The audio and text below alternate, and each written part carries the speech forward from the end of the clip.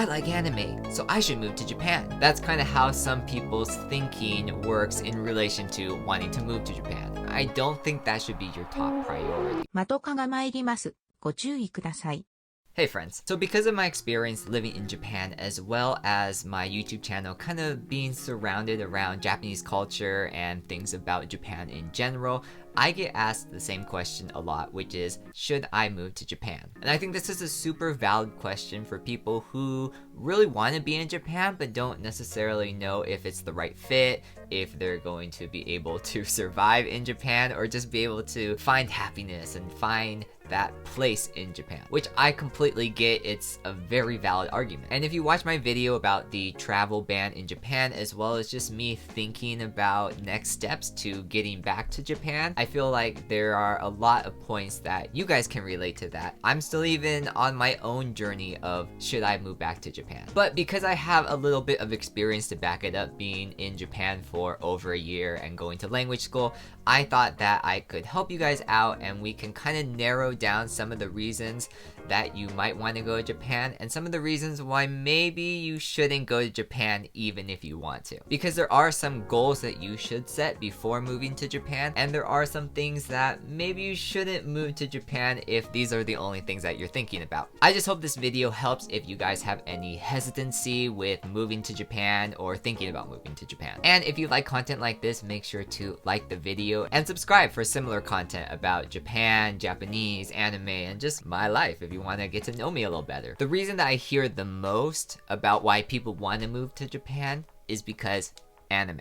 I like anime, so I should move to Japan. That's kind of how some people's thinking works in relation to wanting to move to Japan, which is perfectly fine. But in order to have a good experience and successfully move and assimilate into Japanese culture, I don't think that should be your top priority. If you look at anime YouTubers like The Anime Man or Connor or Garnt, they moved to Japan, of course, for their YouTube channels and because it was a good opportunity for the job sector that they're in, but also because they're anime channels. Everything they talk about has to do with anime, and so moving to Japan seemed just like the best choice because anime central, am I right? But if you look at their videos lately, they're not making very much anime content. A lot of their content has shifted towards other things like Japanese culture, Japan travel and tourism, and mainly just the experiences that you can have in Japan. Now, I'm not necessarily sure if it's because of the company that they're working with while they're staying in Japan. It could also be that these things are just more marketable for their YouTube channels and SEO wise, it's better. But that is also something that I related to when I moved to Japan as well. I was very into anime before I moved to Japan, but actually consumed a lot less anime while I was in Japan. And that could be because there are just so many other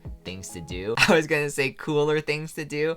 I don't want to offend any anime lovers out there, but there's a lot of cool things to do that don't have to revolve around anime in Japan. And while just loving anime is great and could be a reason why you want to move to Japan, I don't think it should be your sole reason, because a lot of other people who have success in Japan after moving have different goals in mind. The three main ones that I can think of from people that I've met in Japan are career goals, language goals, or marriage. Now, there weren't many people who had a different goal outside of those three. I mean, there were people in my language school who were obsessed with anime for sure, but I still categorize them under people who wanted to learn the language, not necessarily just weeb out everywhere. And especially if you are a language learner, you also have to think about next steps. Do you just want to go to Japan in order to learn the language and then return home like I did and don't remember very much Japanese anymore? Or are you really trying to pass the JLPT, find a job, take next steps, and maybe live in Japan your entire life? You don't have to have a clear-cut goal, but I feel like there has to be those stepping stones that you're thinking about while you're living in Japan, or even before you're living in Japan, in order to kind of know the direction that you want to go, or you really are going to feel lost. Now, there are just a few other characteristics that I wanted to mention. Characteristics being things that I think will help if you're moving to Japan, specifically Tokyo, I think. And I just had to learn these things the hard way because when I was there, I was completely new to any international experience whatsoever. So these are the things I wish I knew before actually moving to Tokyo. The first thing is being outgoing. And I think this one is actually one of the most important things in Tokyo, not necessarily all around Japan. You do need to be outgoing, especially if you're not super familiar with the language and culture, in order to make friends, meet people, and build a social circle. I would say if you're not comfortable going to events by yourself, signing up for classes, or going to concerts or bars and talking to random people by yourself, I'm not necessarily sure if you're gonna have a lot of fun in Tokyo or Japan in general. I mean, especially if you're not confident with the language, it's gonna be a lot harder. But even if you only know a few vocabulary words but can communicate in a different way and just not be hesitant or shy about your level of Japanese,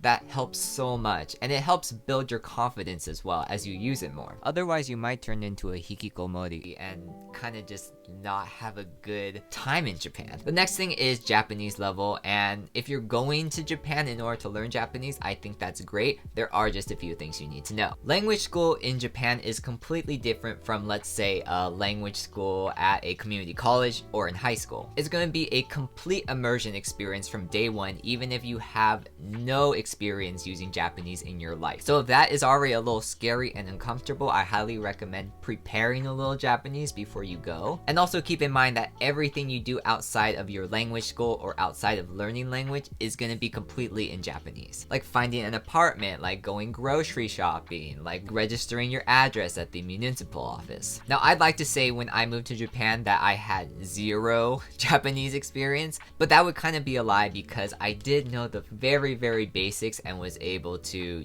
do the bare minimum just with what I knew off the top of my head. I mean, even something that I really wasn't prepared for was hiragana and katakana. And just for reference, in my Japanese school, you needed to learn hiragana and katakana within the first 2 weeks of class. Also, the teachers never spoke any English to me or my classmates whatsoever, whether it was in class or outside of class. Not to say you're never gonna get any help in your native language, but you might not. Another thing to think about are jobs. Now, if you want to get a job in Japan, maybe the salary is better in Japan compared to your country, or maybe you just kind of want a different change of pace. The thing you need to think about is whether it's a Japanese company or a foreign company in Japan. Now, Japanese companies kind of adhere to different labor standards. You know, there is a lot of talk about how they work really long hours. There's a level of respect that you need to give to your other employees as well as people higher up from you, which is a little different from American companies or other companies around the world. Now, there are a lot of people I know that easily assimilate into these kind of jobs and positions and seemingly do fine. You know, they do complain a little bit about the long hours and maybe the pay sometimes, but they love Japan enough that they're still willing to stay despite some of the things they have to deal with their jobs. Even with jobs like English teaching, I have heard a lot of horror stories about people kind of getting screwed over in their contracts and not being able to negotiate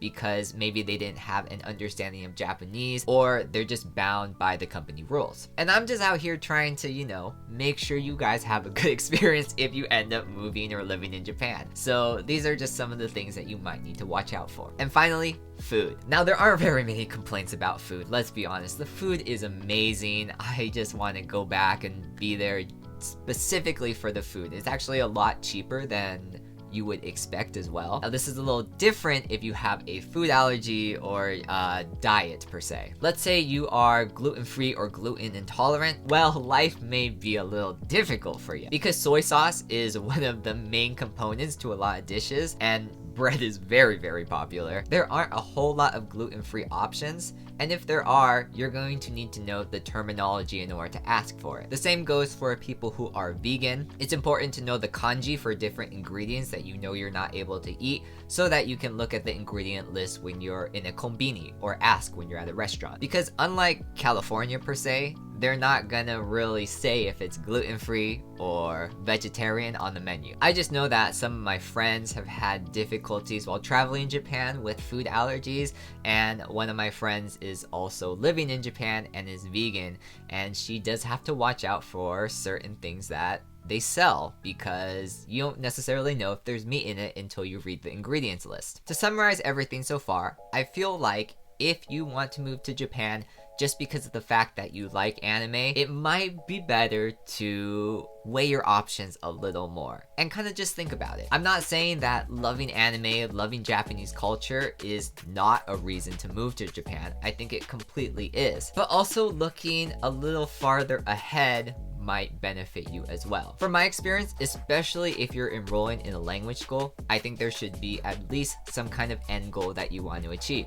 Whether it's passing the JLPT, whether it's trying to get a job in Japan, or whether it's, learning Japanese in order to go on dates, or understand Japanese movies, or make a life in Japan. That's one of my only regrets moving to Japan, is not thinking long term and not figuring out what I actually wanted to do with my Japanese afterwards. I think now, a few years later, thinking about it, I have a more clear image of what I would like to achieve in the future, but now I need to get my Japanese to a level where I'm able to achieve those things. Food for thought, am I right? Anyways, now you have more things to think about. I'll be trying to make more moving to Japan videos on my channel, so people who have moved to Japan or are moving to Japan or even thinking about it are able to know a little bit more about what it takes to move to Japan. I think because travel restrictions are loosening for Japan, I'm more inclined to make this kind of content, but let me know what other content that you'd like to see by commenting below,